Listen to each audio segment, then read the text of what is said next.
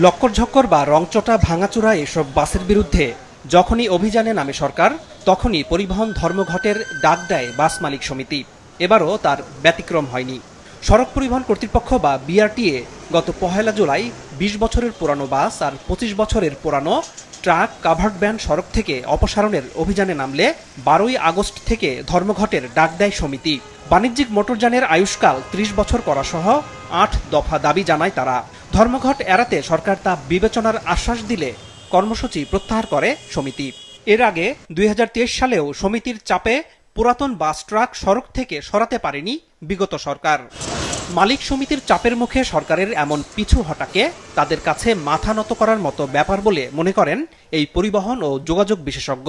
আক্ষেপ করে তিনি বলেন, পরিবহন খাতের সংস্কার অধরাই রয়ে গেল।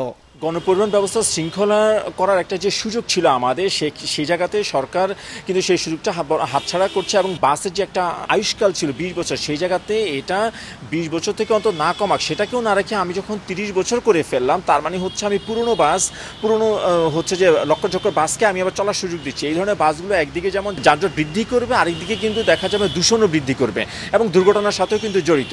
সরকার আগেও মাথা নত ছিল, এখনও বরং আরও বেশি মাথা নত করলে এবং রাজনৈতিক সরকার যদি আসে, তখন দেখা যাবে যে সিচুয়েশনটা আরো খারাপ হয়ে যাবে। তবে মালিক সমিতির কাছে সরকার নতি স্বীকার করেছে এমনটা মানতে রাজি নন প্রধান উপদেষ্টার এই বিশেষ সহকারী, যিনি প্রতিমন্ত্রীর পদমর্যাদায় সড়ক পরিবহন ও রেল মন্ত্রণালয়ের দায়িত্বে রয়েছেন। আমি বলবো না আমরা মাথা নত করেছি, ব্যাপারটা হচ্ছে যে আমরা জাস্ট একটু কিছুদিনের জন্য একটু পিছিয়ে নিলাম। আমরা চিন্তা করে দেখলাম যে ওদের কিছু কিছু দাবি অবশ্যই যৌক্তিক। অ্যাজ সুন অ্যাজ আমরা ওদের দাবিগুলো মিট করব, তারপরে আবার বাস মালিক সমিতির সাথে আমরা বসবো, তারপরে আমরা একটা মোটামুটি একটা ফর্মুলেট করব যে কিভাবে এই বাসগুলোকে রাস্তা থেকে সরিয়ে আনা যায়। কারণ একবারে হয়তো সব বাস সরানোই সম্ভব না, অনেকগুলো ব্যাপারে। সেটা হচ্ছে যে এতগুলো বাস যদি আপনি রাস্তা থেকে সরিয়ে ফেলেন একবারে, তাহলে একটা গণপরিবহনের একটা সমস্যার সৃষ্টি হবে। That's one thing. Second thing, এই বাসগুলোকে যে আমরা স্ক্র্যাপ ইয়ার্ডে যে নিয়ে যাব, ওই জায়গাও আমাদের নেই। অবশ্য মালিক সমিতি বলছে, বাণিজ্যিক মোটরযানের আয়ুষ্কাল ৩০ বছর করার বিষয়ে সরকার রাজি হওয়ায় এখন থেকে তারা ধাপে ধাপে লক্কর-ঝক্কর যানবাহন সড়ক থেকে সরিয়ে নতুন বাস নামানোর উদ্যোগ নেবেন। ওয়ার্নিং দিয়ে দেব এবং আমরা বলে দিয়েছি যে কোনো একটা কোম্পানি যদি ধরেন তার ১০০ গাড়ি আছে, আমরা বলছি ২০টি গাড়ি করে তোমরা ওয়ার্কশপে পাঠাও, এবং এগুলি আপডেট হয়ে আসার পর আমরা আবার এটাকে পর্যবেক্ষণ করব, যেটা আসলো কিনা, ঠিক হলো কিনা। আবার ২০টা গাড়িকে পাঠাবো। যেই গাড়িগুলি খারাপ আছে ক্রমান্বয়ে এইসব গাড়িগুলিকে আমরা লিস্ট করতেছি এবং অলরেডি আমরা ইনস্ট্রাকশন দিয়ে দিছি এবং এই কার্যক্রম আমরা শুরু করছি। একসাথে হয়তো ৭০-৮০ হাজার গাড়ি বন্ধ হয়ে যেত, তার জায়গায় হয়তো এবার ১০,০০০ হলো, ১৫,০০০ হলো, এর পরের বছর হয়তো ২০,০০০ হলো। আর ইতিমধ্যে সরকারকে আমরা যেটা দাবি করেছি এবং সরকারের যুক্তিগত মনে করেছে যে আপনারা কিছু আমাদেরকে নতুন গাড়ি ট্যাক্স কমিয়ে আনার সুযোগ দেন।